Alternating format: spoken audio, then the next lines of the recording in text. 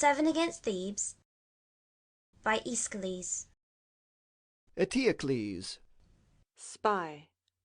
Antigone. Ismene. Herald. Clansmen of Cadmus, at the signal given by time and season must the ruler speak, who sets the course and steers the ship of state, with hand upon the tiller, and with eye watchful against the treachery of sleep. For if all go aright, thank heaven, men say, but if adversely, which may God forfend, one name on many lips, from street to street, would bear the bruit and rumor of the time. Down with Eteocles! A clamorous curse, a dirge of ruin. May averting Zeus make good his title here, in Cadmus hold.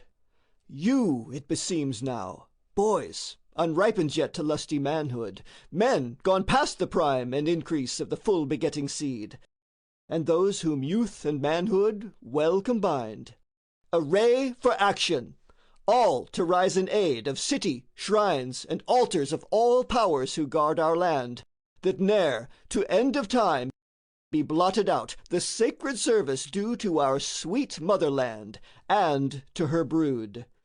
For she it was who to their guest right called your waxing youth, was patient of the toil, and cherished you on the land's gracious lap, alike to plant the hearth and bear the shield in loyal service for an hour like this. Mark now, until today luck rules our scale. For we, though long beleaguered, in the main have with our sallies struck the foeman hard. But now the seer, the feeder of the birds, whose art unerring and prophetic skill of ear and mind divines their utterance without the lore of fire interpreted, foretelleth by the mastery of his art that now an onset of Achaea's host is by a counsel of the night designed to fall in double strength upon our walls. Up and away, then, to the battlements, the gates, the bulwarks. Don your panoplies, array you at the breastwork, take your stand on floorings of the towers, and with good heart stand firm for sudden sallies at the gates, nor hold too heinous a respect for hordes sent on you from afar. Some God will guard. I too, for shrewd espial of their camp, have sent forth scouts, and confidence is mine, they will not fail nor tremble at their task. And with their news I fear no foeman's guile. Enter a spy. Eteocles, high king of Cadmus' folk, I stand here with news certified and sure from Argos' camp, things by myself descried. 7 warriors yonder, doughty chiefs of might, into the crimsoned concave of a shield have shed a bull's blood, and with hands immersed into the gore of sacrifice have sworn by Ares, lord of fight, and by thy name, blood-lapping terror. Let our oath be heard, either to raze the walls, make void the hold of Cadmus, strive his children as they may, or, dying here, to make the foeman's land with blood impasted. Then, as memory's gift, unto their parents at the far-off home, chaplets they hung upon Adrastus' car, with eyes tear-dropping, but no word of moan. For their steeled spirit glowed with high resolve, as lions pant, with battle in their eyes. For them no weak alarm delays the clear issues of death or life. I parted thence, even as they cast the lots, how each should lead, against which gate his serried company. Rank then thy bravest, with what speed thou mayst, hard by the gates, to dash on them, for now, full armed, the onward ranks of Argos come. The dust whirls up, and from their panting steeds white foamy flakes like snow bedew the plain. Thou, therefore, chieftain, like a steersman skilled, enshield the city's bulwarks, ere the blast of war comes darting on them. Hark the roar of the great land storm with its waves of men. Take fortune by the forelock. For the rest, by yonder dawn light will I scan the field, clear and aright, and surety of my word shall keep thee scatheless of the coming storm.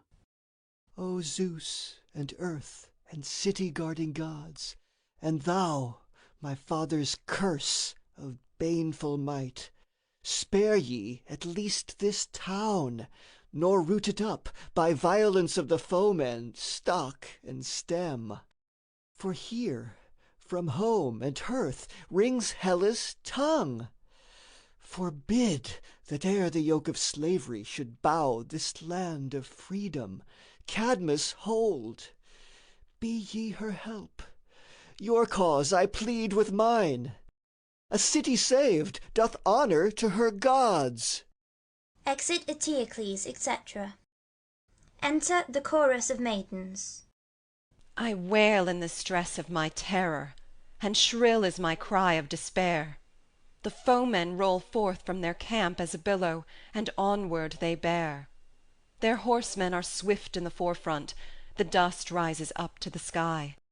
A signal, though speechless, of doom, a herald more clear than a cry. Hoof-trampled, the land of my love bears onward the din to mine ears. As a torrent descending a mountain, it thunders and echoes and nears. The doom is unloosened and cometh. O kings and O queens of high heaven, prevail that it fall not upon us. The sign for their onset is given. They stream to the walls from without, white shielded and keen for the fray. They storm to the citadel gates. What god or what goddess can stay the rush of their feet? To what shrine shall I bow me in terror and pray? O gods, high-throned in bliss, we must crouch at the shrines in your home. Not here must we tarry and wail, shield clashes on shield as they come. And now, even now, is the hour for the robes and the chaplets of prayer. Mine eyes feel the flash of the sword, the clang is instinct with the spear. Is thy hand set against us, O Ares, in ruin and wrath to o'erwhelm thine own immemorial land? O God of the golden helm, look down upon us, we beseech thee, on the land that thou lovest of old. And ye, O protecting gods, in pity your people behold. Yea, save us, the maidenly troop, from the doom and despair of the slave. For the crests of the foemen come onward, their rush is the rush of a wave rolled on by the war god's breath. Almighty One, hear us, and save from the grasp of the Argives' might. To the ramparts of Cadmus they crowd, and clenched in the teeth of the steeds the bits clink horror aloud. And 7 high chieftains of war, with spear and with panoply bold, are set by the law of the lot to storm the 7 gates of our hold. Be near and befriend us, O Pallas, the Zeus-born maiden of might. O Lord of the steed and the sea, be thy trident uplifted to smite in eager desire of the fray, Poseidon. And Ares come down, in fatherly presence revealed, to rescue harmonious town. Thine too, Aphrodite, we are. Thou art mother and queen of our race. To thee we cry out in our need. From thee let thy children have grace. Ye too, to scare back the foe, be your cry as a wolf's howl wild. Thou, O the wolf-lord, and thou of she-wolf Leto the child, woe and alack for the sound, for the rattle of cars to the wall, and the creak of the grinding axles. O Hera, to thee is our call. Artemis, maiden beloved, the air is distraught with the spears, and whither doth destiny drive us, and where is the goal of our fears?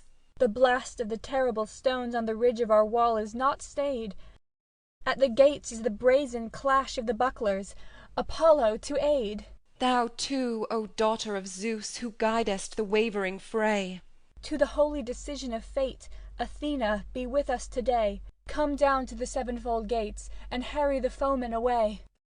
O gods, and O sisters of gods, our bulwark and guard, we beseech that ye give not our war-worn hold to a rabble of alien speech.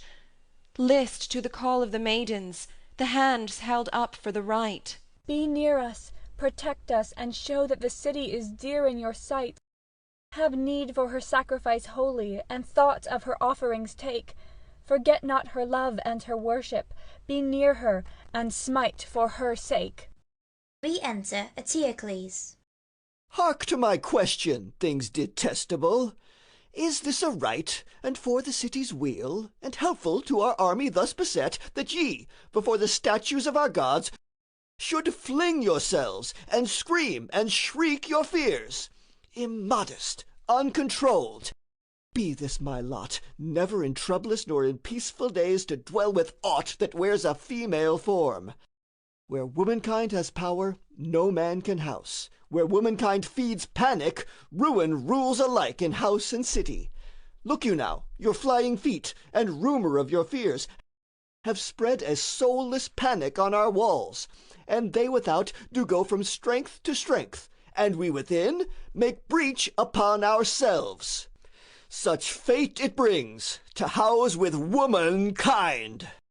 Therefore, if any shall resist my rule, or man, or woman, or some sexless thing, the vote of sentence shall decide their doom, and stones of execution past escape shall finish all. Let not a woman's voice be loud in council. For the things without a man must care. Let women keep within. Even then is mischief all too probable. Hear ye? Or speak I to unheeding ears? Ah, but I shudder, child of Oedipus. I heard the clash and clang. The axles rolled and rumbled. Woe to us, fire-welded bridles rang. Say, when a ship is strained and deep in brine, did e'er a seaman mend his chance who left the helm to invoke the image at the prow? Ah, but I fled to the shrines, I called to our helpers on high.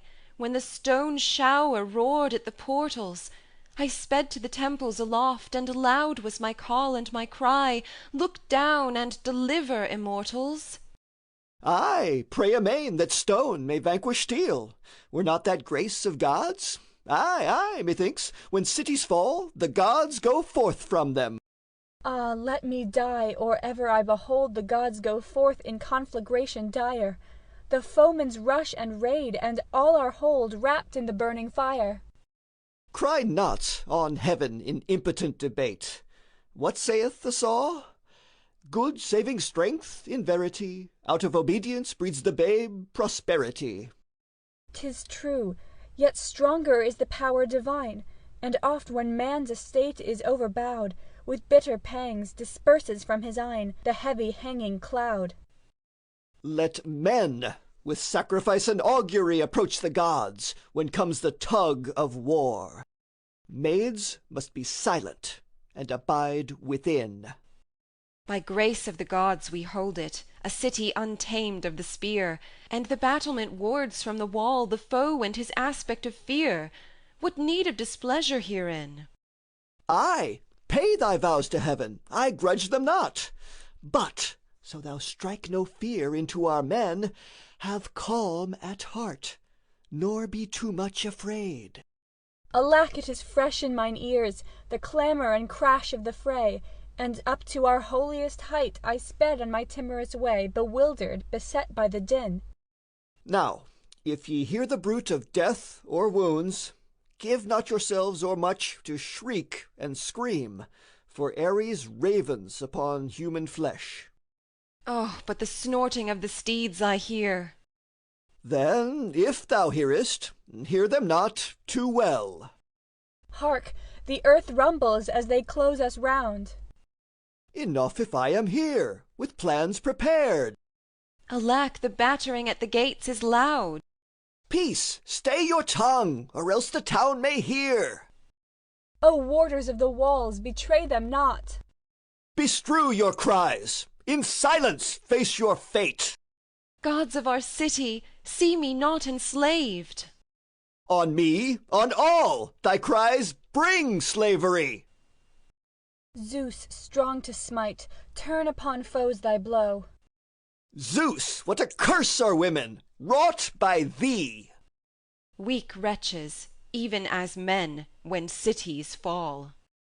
What? Clasping gods, yet voicing thy despair? In the sick heart fear maketh prey of speech. Light is the thing I ask thee. Do my will.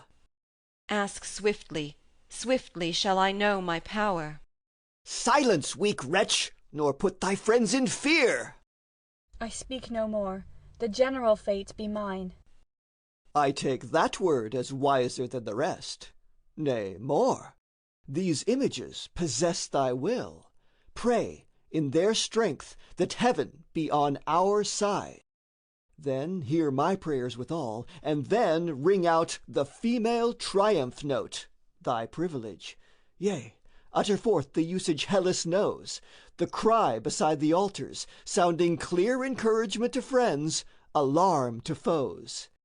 But I, unto all gods that guard our walls, lords of the plain or warders of the mart, and to Isthmus stream and Dirge's rills, I swear, if fortune smiles and saves our town, that we will make our altars reek with blood of sheep and kine, shed forth unto the gods, and with victorious tokens front our fannies. Corsets and cases that once our foemen wore, spear-shattered now, to deck these holy homes. Be such thy vows to heaven. Away with sighs, away with outcry vain and barbarous, that shall avail not in a general doom. But I will back, and with 6 chosen men, myself the 7th, to confront the foe in this great aspect of a poised war, return and plant them at the 7-fold gates, or ere the prompt and clamorous battle scouts haste to inflame our council with the need. Exit Eteocles. I mark his words, yet dark and deep my heart's alarm forbiddeth sleep. Close clinging cares around my soul enkindle fears beyond control, presageful of what doom may fall from the great leaguer of the wall. So a poor dove is faint with fear for her weak nestlings, while anew glides on the snaky ravisher. In troop and squadron, hand on hand, they climb and throng, and hemmed we stand, while on the warders of our town the flinty shower comes hurtling down. Gods born of Zeus, put forth your might for Cadmus' city, realm, and right. What nobler land shall e'er be yours, if once ye give to hostile powers the deep rich soil, and Dirce's wave, the nursing stream Poseidon gave, and Tethys' children? Up and save! Cast on the ranks that hem us round a deadly panic, make them fling their arms in terror on the ground, and die in carnage. Thence shall spring high honour for our clan and king. Come at our wailing cry, and stand as throned sentries of our land. For pity and sorrow it were that this immemorial town should sink to be slave of the spear, to dust and to ashes gone down, by the gods of Achaean worship and arms of Achaean might, sacked and defiled and dishonoured, its women the prize of the fight, that hailed by the hair as a steed, their mantles dishevelled and torn, the maiden and matron alike should pass to the wedlock of scorn. I hear it arise from the city, the manifold wail of despair. Woe, woe for the doom that shall be, as in grasp of the foemen they fare. For a woe and a weeping it is, if the maiden in violet flower is plucked by the foe in his might, not culled in the bridal bower. Alas, for the hate and the horror, how say it? Less hateful by far is the doom to be slain by the sword, hewn down in the carnage of war. For wide, ah, wide is the woe when the foeman has mounted the wall. There is havoc and terror and flame, and the dark smoke broods over all. And wild is the war-god's breath, as in frenzy of conquest he springs, and pollutes with the blast of his lips the glory of holiest things. Up to the citadel rise clash and din, the war-net closes in. The spear is in the heart, with blood imbrued young mothers wail aloud, for children at their breast who scream and die. And boys and maidens fly, yet 'scape not the pursuer in his greed to thrust and grasp and feed. Robber with robber joins, each calls his mate unto the feast of hate. The banquet lo is spread, seize, rend and tear, no need to choose or share, and all the wealth of earth to waste is poured, a sight by all abhorred. The grieving housewives eye it, heaped and blent. Earth's boons are spoiled and spent, and waste to nothingness. And oh, alas, young maids, forlorn ye pass, fresh horror at your hearts, beneath the power of those who crop the flower. Ye own the ruffian ravisher for lord, and night brings rights aboard. Woe, woe for you! Upon your grief and pain there comes a fouler stain. Enter, on one side the spy, on the other Eteocles and the 6 champions. Look, friends, methinks the scout who parted hence to spy upon the foemen comes with news, his feet as swift as wafting chariot wheels. Ay, and our king, the son of Oedipus, comes to prompt time to learn the spy's report. His heart is fainter than his foot is fast. Well have I scanned the foe, and well can say unto which chief by lot each gate is given. Tydeus already with his onset cry storms at the gate called Protides, but him the seer Amphiaraus holds at halt, nor wills that he should cross Ismenus' ford until the sacrifices promise fair. But Tydeus, mad with lust of blood and broil, like to a cockatrice at noontide hour, hisses out wrath and smites with scourge of tongue the prophet son of Oecleus. Wise thou art, faint against war, and holding back from death. With such revilings loud upon his lips, he waves the triple plumes that o'er his helm float overshadowing as a courser's mane, and at his shield's rim, terror in their tone, clang and reverberate the brazen bells. And this proud sign wrought on his shield he bears, the vault of heaven inlaid with blazing stars. And for the boss the bright moon glows at full, the eye of night, the first and lordliest star. Thus with high vaunted armour, madly bold, he clamours by the stream bank, wild for war, as a steed panting grimly on his bit, held in and chafing for the trumpet's bray. Whom wilt thou set against him? When the gates of Protus yield, who can his rush repel? To me, no blazon on a foeman's shield shall e'er present a fear. Such pointed threats are powerless to wound. His plumes and bells, without a spear, are snakes without a sting. Nay, more, that pageant of which thou tellest, the nightly sky displayed, ablaze with stars upon his shield, palters with double sense. One headstrong fool will find its truth anon. For if night fall upon his eyes in death, yon vaunting blazon will its own truth prove, and he is prophet of his folly's fall. Mine shall it be to pit against his power the loyal son of Aeschylus, as guard to hold the gateways. A right valiant soul, who has in heed the throne of modesty, and loathes the speech of pride, and evermore shrinks from the base, but knows no other fear. He springs by stock from those whom Ares spared, the men called sown, a right son of the soil, and Melanippus styled. Now what his arm today shall do rests with the dice of war, and Ares shall ordain it. But his cause hath the true badge of right, to urge him on to guard, as son, his motherland from wrong. Then may the gods give fortune fair unto our chief, sent forth to dare war's terrible arbitrament. But when champions wend away, I shudder, lest from out the fray only their blood-stained wrecks be sent. Nay, let him pass, and the gods' help be his. Next Capaneus comes on by lot to lead the onset at the gates Electran styled. A giant he, more huge than Tydeus' self, and more than human in his arrogance. May fate forfend his threat against our walls. God willing or unwilling, such his vaunt, I will lay waste this city, Pallas' self, Zeus's warrior maid, although she swoop to earth and plant her in my path, shall stay me not.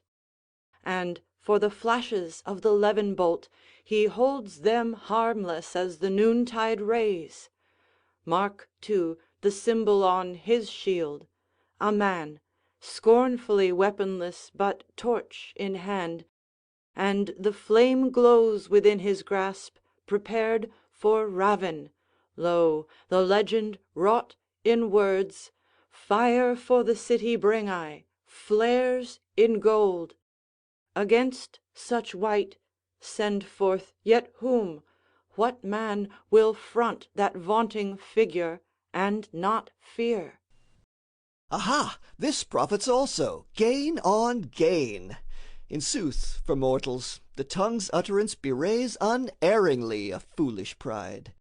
Hither stalks Capaneus, with vaunt and threat, defying godlike powers, equipped to act, and mortal though he be, he strains his tongue in folly's ecstasy, and casts aloft high-swelling words against the ears of Zeus.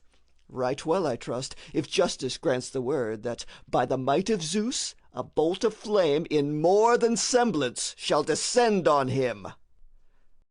Against his vaunts, though reckless, I have set, to make assurance sure, a warrior stern. Strong Polyphantes, fervid for the fray, a sturdy bulwark he, by grace of heaven, and favour of his champion, Artemis. Say on, who holdeth the next gate in ward? Perish the wretch whose vaunt affronts our home. On him the red bolt come, ere to the maiden bowers his way he cleave to ravage and bereave. I will say on. Eteocles is third. To him it fell, what time the third lot sprang, o'er the inverted helmet's brazen rim, to dash his stormers on Neaestae gate. He wheels his mares, who at their frontlets chafe, and yearn to charge upon the gates amain. They snort the breath of pride, and, filled therewith, their nozzles whistle with barbaric sound. High, too, and haughty is his shield's device, an armed man who climbs from rung to rung, a scaling ladder, up a hostile wall.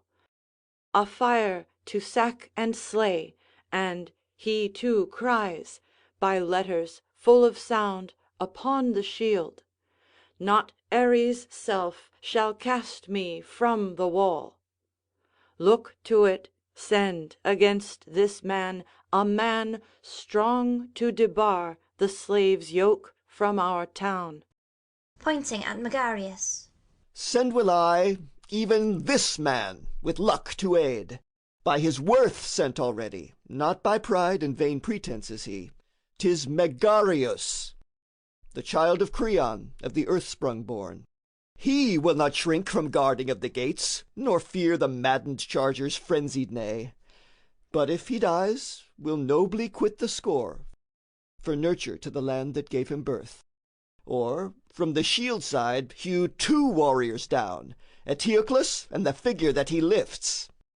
Ay, and the city pictured, all in one, and deck with spoils the temple of his sire. Announce the next pair, stint not of thy tongue. O thou, the warder of my home, grant unto us fate's favouring tide, Send on the foemen doom. They fling forth taunts of frenzied pride. On them may Zeus with glare of vengeance come. Lo, next him stands aforth and shouts amain by Pallas Onca's portal, and displays a different challenge. 'Tis Hepomedon. Huge the device that starts up from his targe in high relief, and I deny it not, I shuddered, seeing how, upon the rim, it made a mighty circle round the shield. No sorry craftsman he who wrought that work, and clamped it all around the buckler's edge. The form was Typhon. From his glowing throat rolled lurid smoke, spark-litten, kin of fire. The flattened edgework, circling round the whole, made strong support for coiling snakes that grew erect above the concave of the shield. Loud rang the warrior's voice, inspired for war. He raves to slay, as doth a bacchanal, his very glance a terror. Of such wight beware the onset. Closing on the gates, he peals his vaunting and appalling cry. Yet first our Pallas Onca, wardress she, planting her foot hard by her gate, shall stand, the maid against the ruffian, and repel his force, as from her brood the mother bird beats back the wintered serpent's venomed fang. And next, by her, is Oenip's gallant son, Hyperbius, chosen to confront this foe, ready to seek his fate at Fortune's shrine. In form, in valor, and in skill of arms, none shall gainsay him. See how wisely well Hermes hath set the brave against the strong. Confronted shall they stand, the shield of each, bearing the image of opposing gods. One holds aloft his Typhon, breathing fire, but on the other shield in symbol sits Zeus, calm and strong, and fans his bolt to flame. Zeus, seen of all, yet seen of none to fail. Howbeit weak is trust reposed in heaven, yet are we upon Zeus' victorious side, the foe with those he worsted. If in sooth Zeus against Typhon held the upper hand, and if Hyperbius, as well may hap when two such foes such diverse emblems bear, have Zeus upon his shield, a saving sign. High faith is mine that he whose shield bears against Zeus the thing of hate, the giant Typhon thus revealed, a monster loathed of gods eternal, and mortal men this doom shall earn a shattered skull before the gate. Heaven send it so.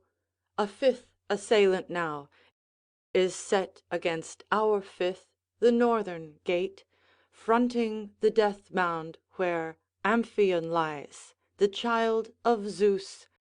This foeman vows his faith upon a mystic spearhead which he deems more holy than a godhead, and more sure to find its mark than any glance of eye.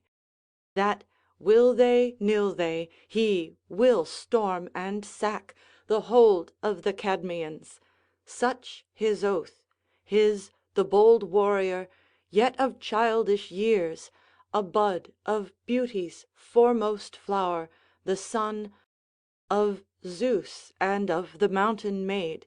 I mark how the soft down is waxing on his cheek, thick and close growing in its tender prime. In name, not mood, is he a maiden's child. Parthenopaeus, large and bright his eyes, but fierce the wrath wherewith he fronts the gate. Yet not unheralded he takes his stand before the portal, on his brazen shield. The rounded screen and shelter of his form, I saw him show the ravening Sphinx, the fiend that shamed our city, how it glared and moved, clamped on the buckler, wrought in high relief, and in its claws did a Cadmeian bear. Nor heretofore for any single prey Sped she aloft through such a storm of darts as now awaits her, so our foe is here, like as I deem to ply no stinted trade in blood and broil, but traffic as is meet in fierce exchange for his long wayfaring. Ah, may they meet the doom they think to bring, they and their impious vaunts, from those on high. So should they sink, hurled down to deepest death. This foe, at least, by thee Arcadian styled, is faced by one who bears no braggart sign, but his hand sees to smite where blows avail. Actor, own brother to Hyperbius. He will not let a boast without a blow stream through our gates and nourish our despair, nor give him way who on his hostile shield bears the brute image of the loathly Sphinx. Blocked at the gate, she will rebuke the man who strives to thrust her forward, when she feels thick crash of blows up to the city wall. With heaven's good will, my forecast shall be true. Home to my heart the vaunting goes, and quick with terror on my head rises my hair at sound of those who wildly, impiously rave. If gods there be, to them I plead, give them to darkness and the grave. Fronting the sixth gate stands another foe, wisest of warriors, bravest among seers. Such must I name Amphiaraus, he, set steadfast at the Homoloid gate, berates strong Tydeus with reviling words.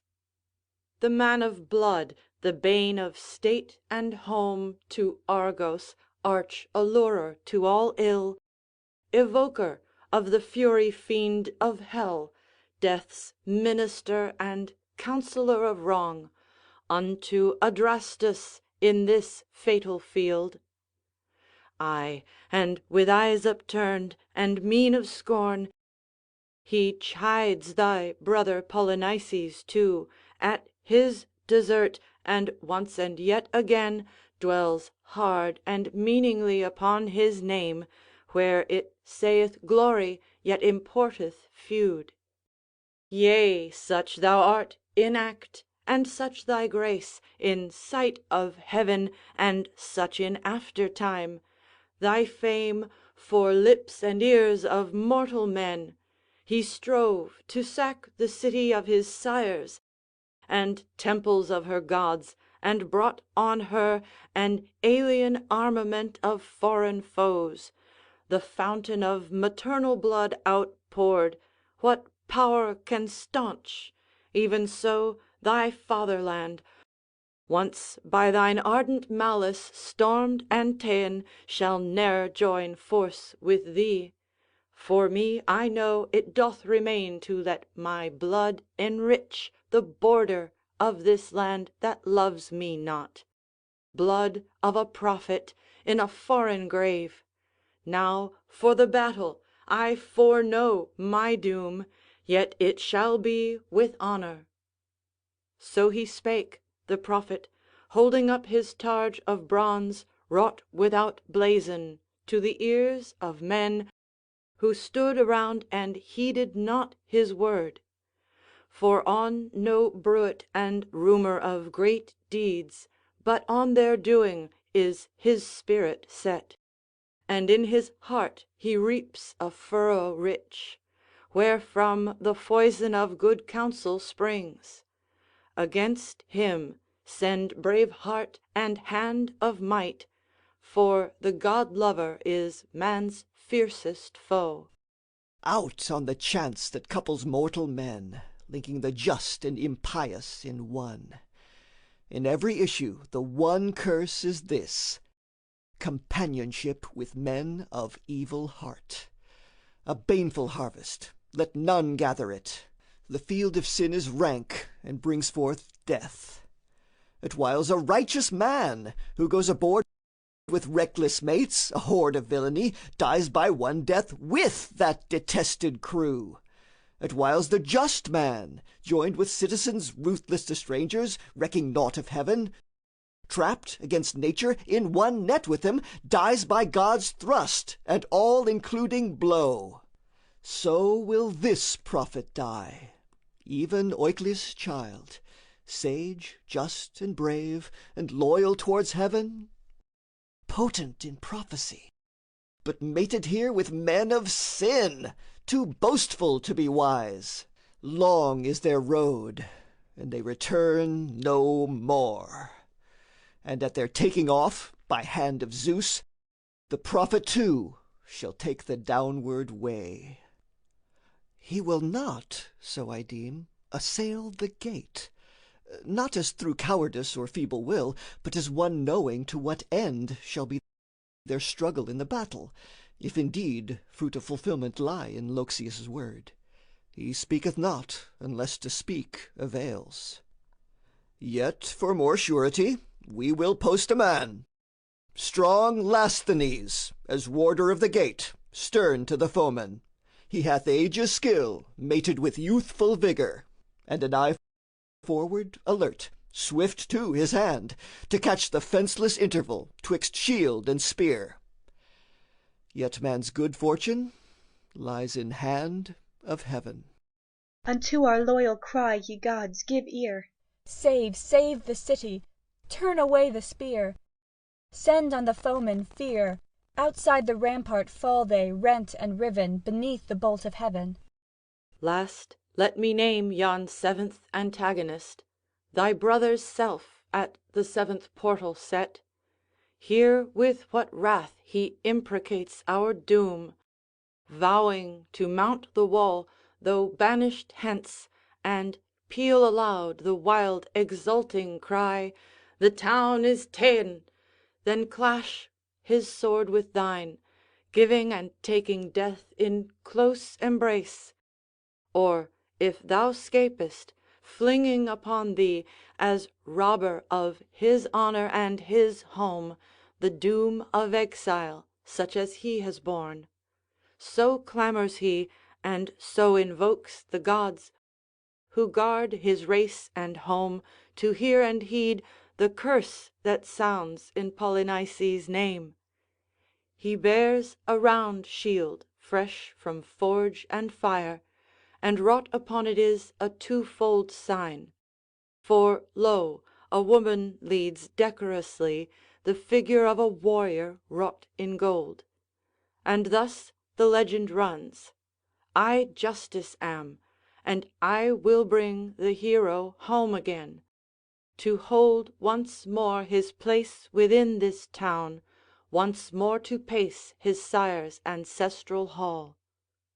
Such are the symbols by our foemen shown. Now make thine own decision whom to send against this last opponent. I have said, nor canst thou in my tidings find a flaw. Thine is it now to steer the course aright. Ah me, the madman and the curse of heaven! And woe for us, the lamentable line of Oedipus, and woe that in this house our father's curse must find accomplishment. But now a truce to tears and loud lament, lest they should breed a still more rueful wail. As for this Polynices, named too well, soon shall we know how his device shall end, whether the gold-wrought symbols on his shield, in their mad vaunting and bewildered pride, shall guide him as a victor to his home. For had but Justice, maiden child of Zeus, stood by his act and thought, it might have been. Yet never, from the day he reached the light out of the darkness of his mother's womb, never in childhood, nor in youthful prime, nor when his chin was gathering its beard, hath Justice hailed or claimed him as her own. Therefore I deem not that she standeth now to aid him in this outrage on his home. Misnamed, in truth, were Justice utterly, if to impiety she lent her hand. Sure in this faith, I will myself go forth, and match me with him. Who hath fairer claim? Ruler against one fain to snatch the rule, brother with brother matched, and foe with foe will I confront the issue. To the wall! O thou true heart, O child of Oedipus, be not in wrath too like the man whose name murmurs an evil omen. 'Tis enough that Cadmus' clan should strive with Argos' host, for blood there is that can atone that stain. But brother upon brother dealing death, not time itself can expiate the sin. If man find hurt, yet clasp his honour still, 'tis well. The dead have honour, naught beside. Hurt with dishonour wins no word of praise. Ah, what is thy desire? Let not the lust and ravin of the sword bear thee adown the tide accursed, abhorred. Fling off thy passion's rage, thy spirit's prompting dire. Nay, since the god is urgent for our doom, let Laius' house, by Thebas loathed and scorned, follow the gale of destiny, and win its great inheritance, the gulf of hell. Ruthless thy craving is, craving for kindred and forbidden blood to be outpoured, a sacrifice imbrued with sin, a bitter fruit of murderous enmities. Yea, my own father's fateful curse proclaims a ghastly presence, and her eyes are dry. Strike! Honour is the prize, not life prolonged. Ah, be not urged of her, for none shall dare to call thee coward in thy throned estate. Will not the Fury in her sable pall pass outward from these halls, what time the gods welcome a votive offering from our hands? The gods! Long since they hold us in contempt, scornful of gifts thus offered by the lost. Why should we fawn and flinch away from doom? Now when it stands beside thee, for its power may with a changing gust of milder mood temper the blast that bloweth wild and rude and frenzied in this hour. Ay, kindled by the curse of Oedipus. All too prophetic. Out of dreamland came the vision, meting out our sire's estate. Heed women's voices, though thou love them not. Say aught that may avail, but stint thy words. Go not thou forth to guard the seventh gate. Words shall not blunt the edge of my resolve. Yet the gods love to let the weak prevail. That, to a swordsman, is no welcome word. Shall thine own brother's blood be victory's palm? Ill, which the gods have sent, thou canst not shun. Exit Eteocles. I shudder in dread of the power, abhorred by the gods of high heaven, the ruinous curse of the home till roof-tree and rafter be riven. Too true are the visions of ill, too true the fulfilment they bring, to the curse that was spoken of old by the frenzy and wrath of the king. Her will is the doom of the children, and discord is kindled amain, and strange is the lord of division who cleaveth the birthright in twain. The edged thing born of the north, the steel that is ruthless and keen, dividing in bitter division the lot of the three children of Teen. Not the wide lowland around the realm of their sire shall they have, yet enough for the dead to inherit, the pitiful space of a grave. Ah, but when kin meets king, when sire and child unknowing are defiled by shedding common blood, and when the pit of death devour it, drinking the clotted stain, the gory dye, who can purify? Who cleanse pollution, where the ancient bane rises and reeks again? Whilome in olden days the sin was wrought, and swift requital brought, yea, on the children of the child came still new heritage of ill. For thrice Apollo spoke this word divine from Delphi's central shrine to Laius, Die thou childless. Thus alone can the land's weal be won. But vainly with his wife's desire he strove, and gave himself to love, begetting Oedipus, by whom he died, the fateful parricide. The sacred seed-plot, his own mother's womb, he sowed, his house's doom. A root of blood, by frenzy lured they came unto their wedded shame. And now the waxing surge, the wave of fate, rolls on them triply great. One billow sinks, the next towers high and dark above our city's bark. only the narrow barrier of the wall totters as soon to fall. And if our chieftains in the storm go down, what chance can save the town? Curses inherited from long ago, bringing heavy freight of woe, rich stores of merchandise o'erload the deck.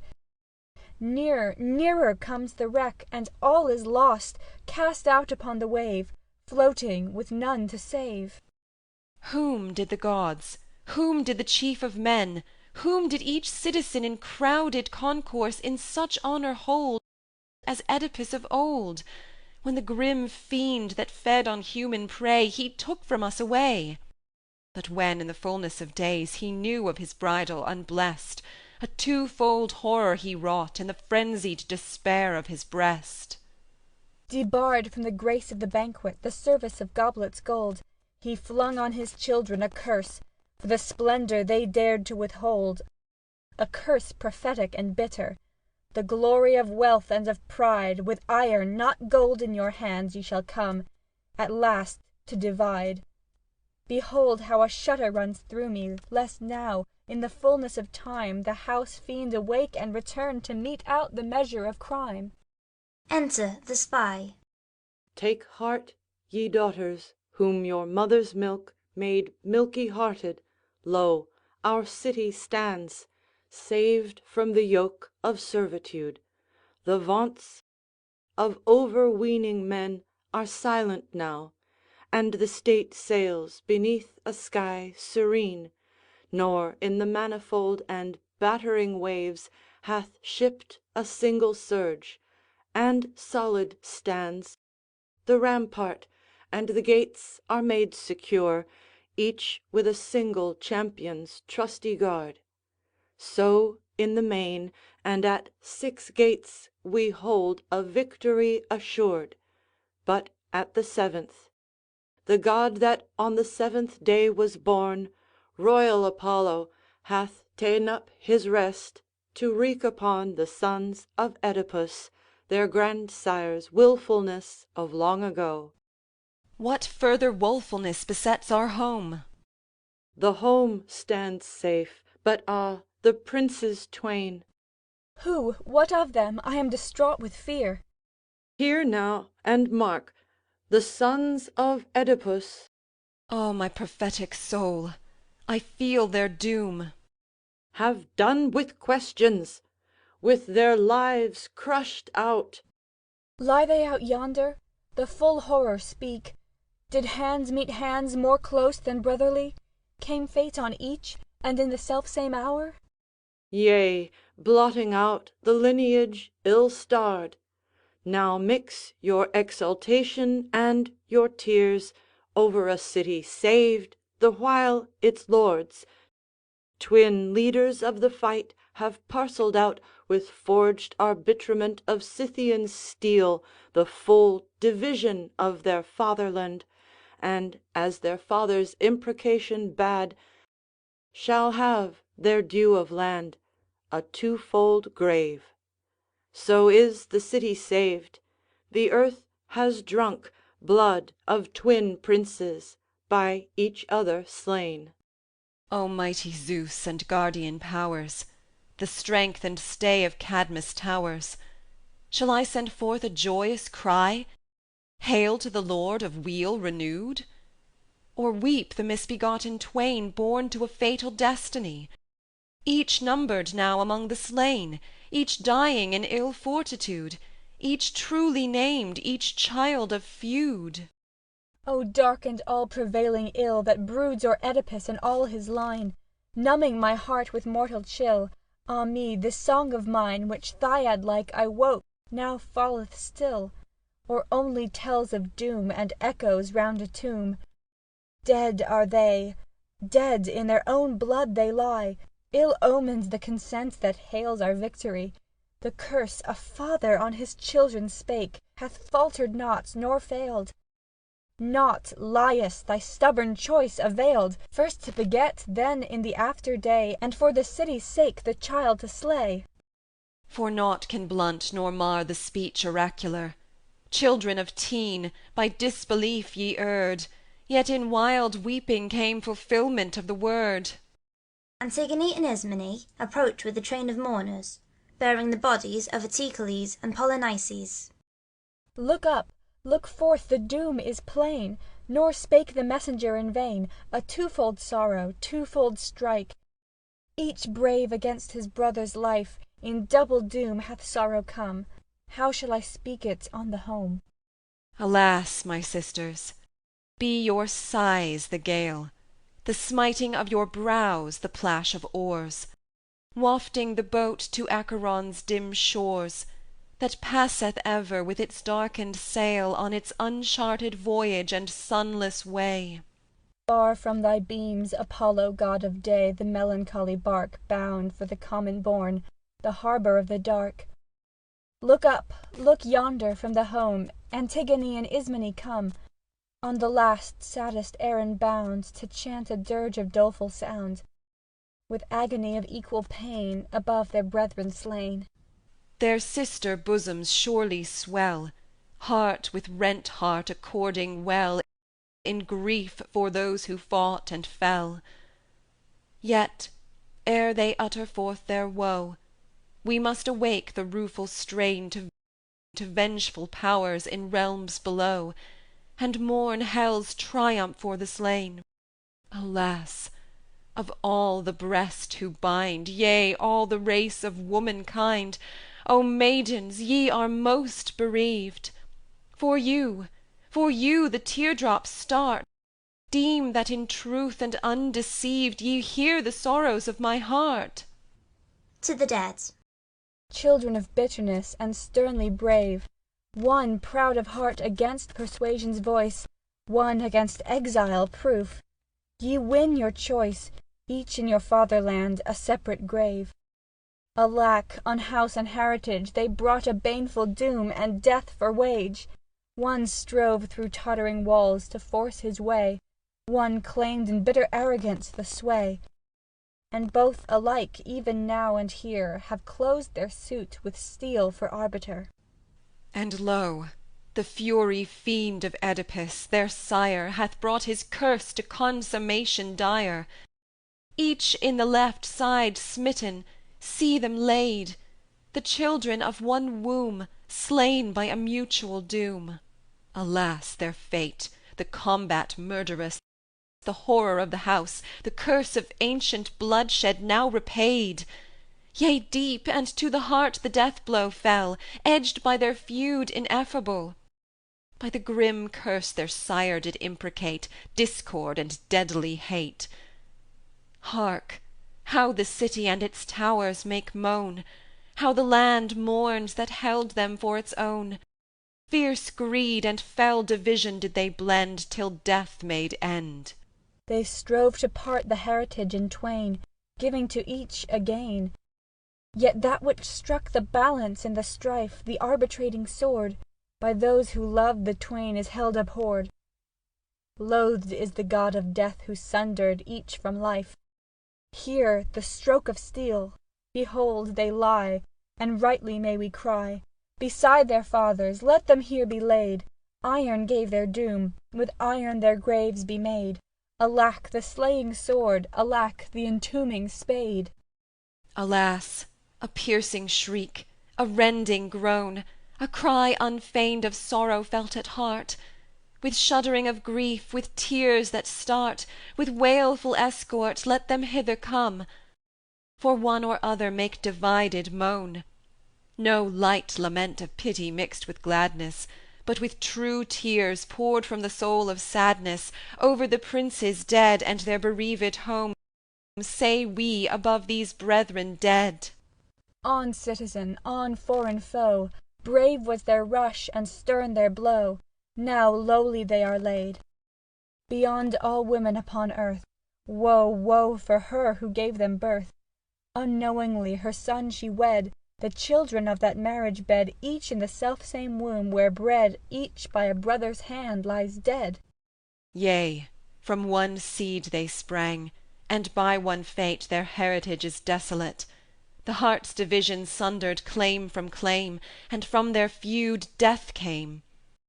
Now is their hate allayed, now is their life-stream shed, ensanguining the earth with crimson dye. Lo, from one blood they sprang, and in one blood they lie. A grievous arbiter was given the twain, the stranger from the northern main, the sharp dividing sword, fresh from the forge and fire. The war god, treacherous, gave ill award, and brought their father's curse to a fulfilment dire. They have their portion, each his lot and doom, given from the gods on high. Yea, the piled wealth of fatherland for tomb shall underneath them lie. Alas, alas, with flowers of fame and pride, your home ye glorified, but in the end the Furies gathered round with chants of boding sound, shrieking, in wild defeat and disarray, behold, ye pass away. The sign of ruin standeth at the gate, there where they strove with fate, and the ill power beheld the brothers fall, and triumphed over all. Antigone, Ismene, and Chorus. Processional chants. Thou wert smitten in smiting, thou didst slay and wert slain. By the spear of each other ye lie on the plain. And ruthless the deed that ye wrought was, and ruthless the death of the twain. Take voice, O my sorrow! Flow tear upon tear! Lay the slain by the slayer, made one on the bier. Our soul in distraction is lost, and we mourn o'er the prey of the spear. Ah, woe for your ending, unbrotherly wrought! And woe for the issue, the fray that ye fought! The doom of a mutual slaughter, whereby to the grave ye are brought. Ah, twofold the sorrow, the heard and the seen. And double the tide of our tears and our teen. As we stand by our brothers in death, and wail for the love that has been. O grievous the fate that attends upon wrong! Stern ghost of our sire, thy vengeance is long. Dark fury of hell and of death, the hands of thy kingdom are strong. O dark were the sorrows that exile hath known. He slew, but returned not alive to his own. He struck down a brother, but fell in the moment of triumph hewn down. O lineage accursed, O doom and despair! Alas for their quarrel, the brothers that were. And woe for their pitiful end, who once were our love and our care. O grievous the fate that attends upon wrong! Stern ghost of our sire, thy vengeance is long. Dark fury of hell and of death, the hands of thy kingdom are strong. By proof have ye learnt it, at once and as one. O brothers beloved, to death ye were done. Ye came to the strife of the sword, and behold, ye are both overthrown. O grievous the tale is, and grievous their fall, to the house, to the land, and to me above all. Ah, God, for the curse that hath come, the sin and the ruin withal. O children distraught, who in madness have died. Shall ye rest with old kings in the place of their pride? Alas for the wrath of your sire, if he findeth you laid by his side. Enter a herald. I bear command to tell to one and all what hath approved itself, and now is law, ruled by the counsellors of Cadmus town. For this Eteocles it is resolved to lay him on his earth-bed in this soil, not without care and kindly sepulture. For why? He hated those who hated us, and with all duties blamelessly performed unto the sacred ritual of his sires, he met with such an end as gains our city's grace, with auspices that do ennoble death. Such words I have in charge to speak of him. But of his brother Polynices this: be he cast out unburied for the dogs to rend and tear, for he presumed to waste the land of the Cadmeans, had not heaven, some god of those who aid our fatherland, opposed his onset by his brother's spear, to whom, though dead, shall consecration come. Against him stood this wretch, and brought a horde of foreign foemen to beset our town. He therefore shall receive his recompense, buried ignobly in the maw of kites, no women wailers to escort his corpse, nor pile his tomb, nor shrill his dirge anew. Unhouselled, unattended, cast away. So for these brothers doth our state ordain. And I, to those who make such claims of rule in Cadmus' town, I, though no other help, pointing at the body of Polynices, I will bury this my brother's corse, and risk your wrath and what may come of it. It shames me not to face the state, and set will against power, rebellion resolute. Deep in my heart is set my sisterhood, my common birthright with my brothers, born all of one womb, her children who, for woe, brought forth sad offspring to a sire ill-starred. Therefore, my soul, take thou thy willing share in aid of him who now can will no more. Against this outrage be a sister true, while yet thou livest, to a brother dead. Him never shall the wolves with ravening maw rend and devour. I do forbid the thought. I for him, I, albeit a woman weak, in place of burial pit, will give him rest, by this protecting handful of light dust, which, in the lap of this poor linen robe, I bear to hallow and bestrew his corpse. With the dew covering, let none gainsay. Courage and craft shall arm me this to do. I charge thee not to flout the city's law. I charge thee, use no useless heralding. Stern is a people newly scaped from death. Whet thou their sternness, burial he shall have. How? Grace of burial to the city's foe? God hath not judged him separate in guilt. True, till he put his land in jeopardy. His rights usurped, he answered wrong with wrong. Nay, but for one man's sins he smote the state.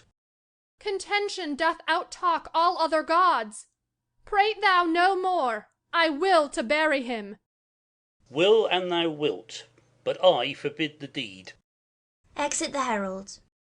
Exulting fates, who waste the line and whelm the house of Oedipus, fiends, who have slain in wrath condign the father and the children thus, what now befits it that I do, what meditate, what undergo? Can I the funeral rite refrain, nor weep for Polynices slain? But yet with fear I shrink and thrill, presageful of the city's will. Thou, O Eteocles, shalt have full rites and mourners at thy grave, but he, thy brother slain, shall he, with none to weep or cry, alas, to unbefriended burial pass? Only one sister o'er his bier, to raise the cry and pour the tear. Who can obey such stern decree? Let those who hold our city's sway wreak or forbear to wreak their will on those who cry, ah, well a day! Lamenting Polynices still, we will go forth, and side by side with her due burial will provide. Royal he was, to him be paid our grief wherever he be laid. The crowd may sway and change, and still take its caprice for justice will, but we this dead Eteocles, as justice wills and right decrees, will bear unto his grave. For under those enthroned on high, and Zeus's eternal royalty, he unto us salvation gave. He saved us from the foreign yoke, a wild assault of outland folk, a savage alien wave. Exeunt.